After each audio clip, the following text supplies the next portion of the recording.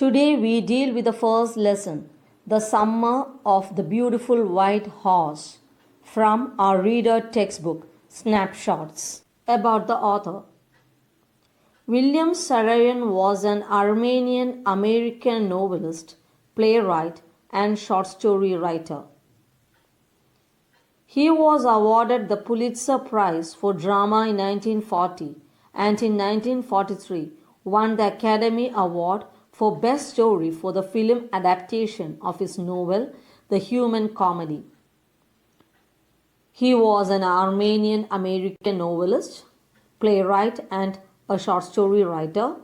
He won the Academy Award in 1943 for his adapted novel The Human Comedy, which was made into a film. Saroyan wrote extensively about the Armenian immigrant life in California.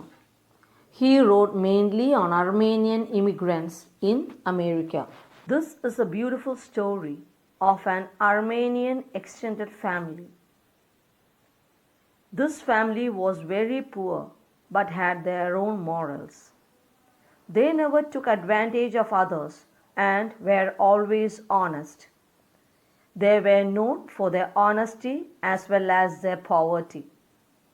In this story, two boys, they are up to something, but they keep their family values. Now we will move on to the lesson.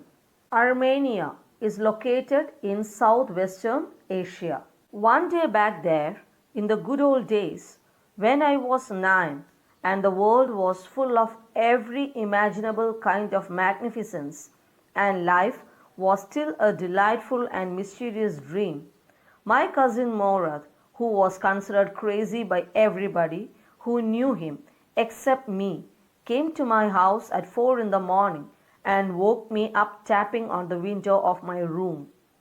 I here refers to Aram, a boy of 9 years old. Aram is the narrator who is 9 years old.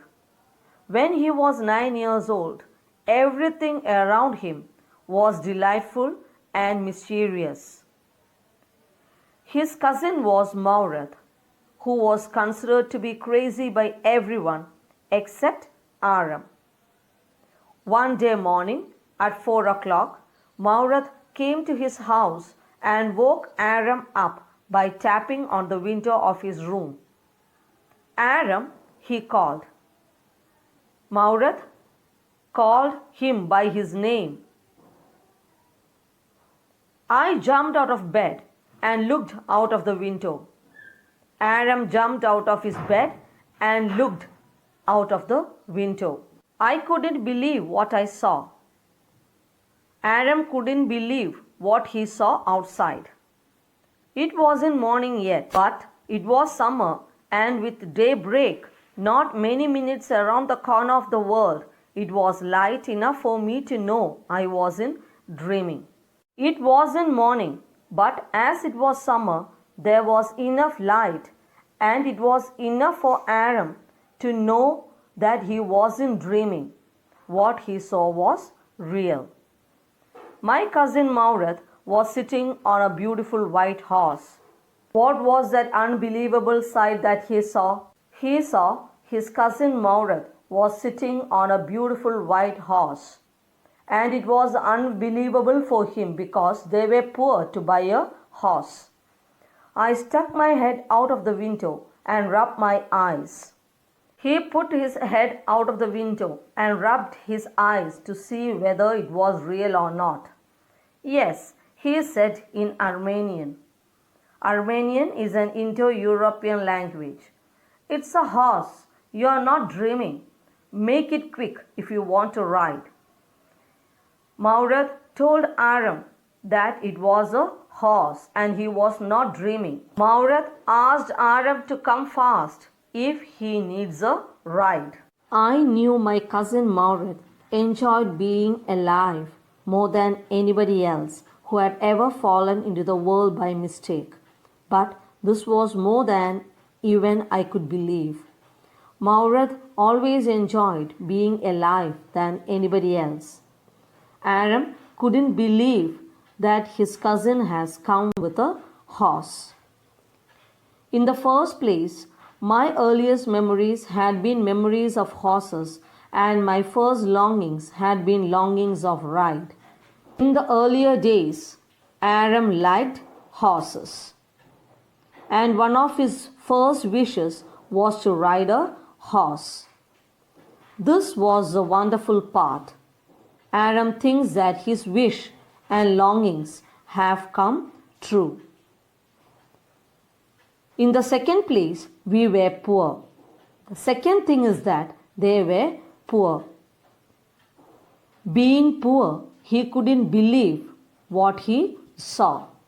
Maureth on a horseback. He couldn't believe that. This was the part that wouldn't permit me to believe what I saw. As they were poor, he found great difficulty in believing what he saw. We were poor. We had no money.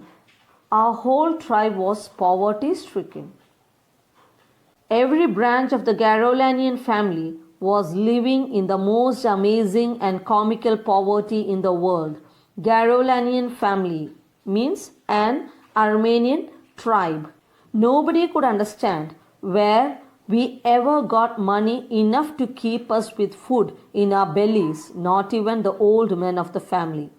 They were so poor that no one understood from where they got money to have enough food. Even the old men of the family never understood this. Most important of all, though we were famous for our honesty, most important quality is that they were honest. We had been famous for our honesty for something like 11 centuries, even when we had been the wealthiest family in what we like to think was the world. For almost 11 centuries, they were known for their honesty. Once they were very rich, even at that time, they didn't lose their honesty.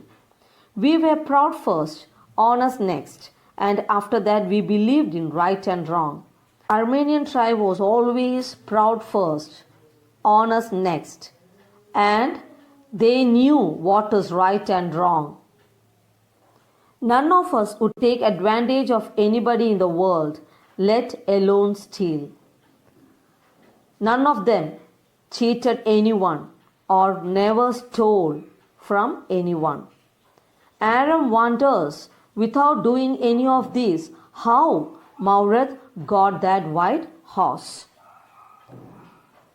Consequently, even though I could see the horse so magnificent, even though I could smell it so lovely, even though I could hear it breathing so exciting, I couldn't believe the horse had anything to do with my cousin Maureth or with me or with any of the other members of our family, asleep or awake, because I knew my cousin Maureth couldn't have bought the horse, and if he couldn't have bought it, he must have stolen it, and I refused to believe he had stolen it. Looking at the horse, Aram felt so excited. It was so beautiful. It was so unbelievable. He knew that Maureth could never have stolen it because no one in the family could do so. No member of the Garolanian family could be a thief. I stared first at my cousin and then at the horse. There was a pious stillness and humor in each of them, which on the one hand delighted me and on the other frightened me. Aram could never believe that a member of the Garolanian family could be a thief. He stared at his cousin and at the horse because he was not able to make sure how he got the horse. When he looked at both, they were quiet. He couldn't make any conclusion as well. On one hand, he felt happy in fulfilling his wish, and on the other hand, he was frightened because he doubted how he could have got the horse. Maureth, I said, where did you steal this horse? Aram asked Maureth from where he had stolen that horse. Leap out of the window, he said, if you want to ride. Maureth asked him to jump out of the window if he wants to ride. It was true then. He had stolen the horse. There was no question about it. He had come to invite me to ride or not, as I chose. As he didn't reply to his question, Aram concluded that he had stolen the horse. He had come to invite him to ride the horse. Well, it seemed to me stealing a horse for a ride was not the same thing as stealing something else, such as money. Aram was trying to justify his cousin at this point, as he got a chance to fulfill his wish. Aram now considers stealing a horse for riding is not a theft. For all I knew, maybe it wasn't stealing at all. He came to the conclusion that stealing a horse for riding was not a theft. If you were crazy about horses the way my cousin Maureth and I were, it wasn't stealing. Aram says that they were crazy on horses and wanted to ride on it. And it was not stealing. It wouldn't become stealing until we offered to sell the horse, which of course I knew we would never do. Aram says that if they were selling the horse for money, then only it would become stealing. And he was sure that they would never do that. Let me put on some clothes, I said. All right, he said, but hurry. I leaped into my clothes. I jumped down to the yard from the window and leaped up onto the horse behind my cousin Maureth. Aram put on some clothes, jumped out of the window, and sat on the horse behind Maureth. That year, we lived at the edge of town on Walnut Avenue. His house was located at the edge of the town. That year, we lived at the edge of town on Walnut Avenue. Behind our house was the country, vineyards, orchards, irrigation ditches, and country roads. Country means rural area. His house was located at the edge of the town. Behind his house was a rural area consisting of plantation of grapevines, gardens with fruit trees, area used for conserving water for irrigation, and country roads. In less than 3 minutes, we were on Olive Avenue, and then the horse began to trot. Trot means walk slowly. In a few minutes, they reached Olive Avenue, and the horse began to trot. The air was new and lovely to breathe. As it was early morning, the air was very fresh. The feel of the horse running was wonderful. My cousin Maureth, who was considered one of the craziest members of our family, began to sing. He began to roar. Both the children enjoyed the ride, and his cousin Maureth, he began to sing. Aram says that it was like roaring. Every family has a crazy streak in it somewhere, and my cousin Maureth was considered the natural descendant of the crazy streak in our tribe. Streak means unpleasant nature. Every family, one or two will be considered to be crazy. Aram's cousin Maureth was considered to be one like that. Before him was our uncle Khosrow, an enormous man with a powerful head of black hair and the largest moustache in the San Joaquin Valley, a man so furious in temper, so irritable, so impatient that he stopped anyone from talking by roaring, "It's no harm, pay no attention to it." Before Maureth was his uncle Khosrow, who was considered to be a crazy fellow. He was a huge man with a powerful head of black hair and largest mustache in the San Joaquin Valley. That is one of the long interior valleys of California. He always spoke as if he was irritated. He always seemed to be angry by shouting at them. He would say, "It's no harm, pay no attention to it." This was his pet phrase. He wouldn't allow anyone to speak for a long time. That was all, no matter what anybody happened to be talking about. So whatever the others spoke, he would make them stop. Once it was his own son Eric running 8 blocks to the barber shop where his father was having his mustache trimmed to tell him their house was on fire. Once Uncle Khosrow was sitting in a barber shop. His son Eric came running to say that their house was on fire.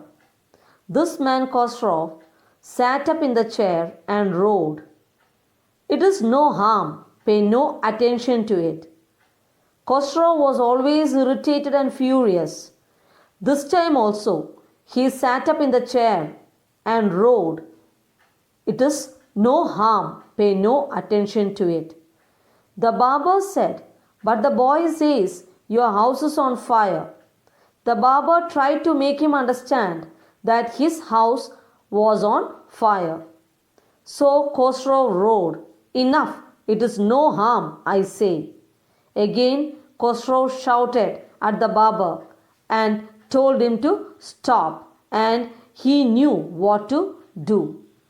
My cousin Mauret was considered the natural descendant of this man, although Mauret's father was Zorab, who was practical and nothing else.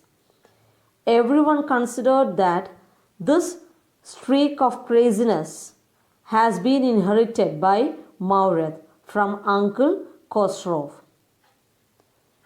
Mauret's father, Zorab, was a practical and a simple man. That's how it was in our tribe. A man could be the father of his son's flesh, but that did not mean that he was also the father of his spirit. A son can inherit his father's body, but not his character or behavior. The distribution of the various kinds of spirit of our tribe had been from beginning capricious and vagrant. Capricious means changing quickly. Vagrant means a person without a settled home or regular work and wanders from place to place. The qualities of his tribe have been changing. All don't get exactly the same characteristics of their parents. We rode and my cousin Maurus sang. They were riding on the horseback and Mauret was singing. For all anybody knew, we were still in the old country where, at least according to some of our neighbors, we belonged. They were still in the location where they were staying and they were just riding in the same area. We let the horse run as long as it felt like running. They made the horse to run, that is to move a little faster. At last, my cousin Maura said, "Get down, I want to ride alone." After some time, his cousin Mauret asked Aram to get down and he wanted to ride alone. "Will you let me ride alone?" I asked. Aram asked him whether he would let him ride alone. "That is up to the horse," my cousin said. "Get down." Mauret replied that is left to the horse. That means he will allow, but he doesn't know if the horse would allow or not. "The horse will let me ride," I said. Aram replied that the horse will let him ride. We shall see, he said. Don't forget that I have a way with a horse. Maurad told him that they will see what is going to happen. And he told Aram that he had a particular talent for dealing with the horses. Well, I said, anyway, you have with a horse, I have also. Aram told that he too has a way to deal with a horse. For the sake of your safety, he said, let us hope so. Get down. Maurad told Aram that they will see whether the horse will let him ride or not, and asked him to get down. All right, I said, but remember, you have got to let me try to ride alone. Aram told Maurad to give permission to let him ride alone. I got down and my cousin Maurad kicked his heels into the horse and shouted, Wazar, run! The horse stood on its hind legs, snorted and burst into a fury of speed that was the loveliest thing I had ever seen. Hind legs means pair of legs at the back. Snorted, noise made by sudden force of breath. As soon as Maurad kicked the horse, it made a loud noise and then it jumped on and gained full speed and started running. Aram said that it was the most beautiful thing he had ever seen. My cousin Maurad raced the horse across a field of dry grass to an irrigation ditch, crossed the ditch on the horse, and 5 minutes later returned dripping wet. Ditch is a narrow channel to hold water. Maurad made the horse run, crossing the ditch, and after 5 minutes he returned, dripping wet. The sun was coming up.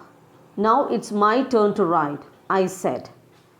Now it was Aram's turn to ride. My cousin Maurad got off the horse. Ride, he said. Maurad got off the horse and asked Aram to ride. I leaped to the back of the horse and for a moment knew the most awful fear imaginable. The horse did not move. Aram leaped to the back of the horse. He climbed on the horse's back, but the horse did not move. Kick into his muscles, my cousin Maurad said. What are you waiting for? We have got to take him back before everybody in the world is up and about. Maurad asked Aram what he was waiting for and told him to kick at its muscles. Maurad told Aram that they have to take the horse back before everybody wakes up. With this, we will stop for now and will continue in the next class.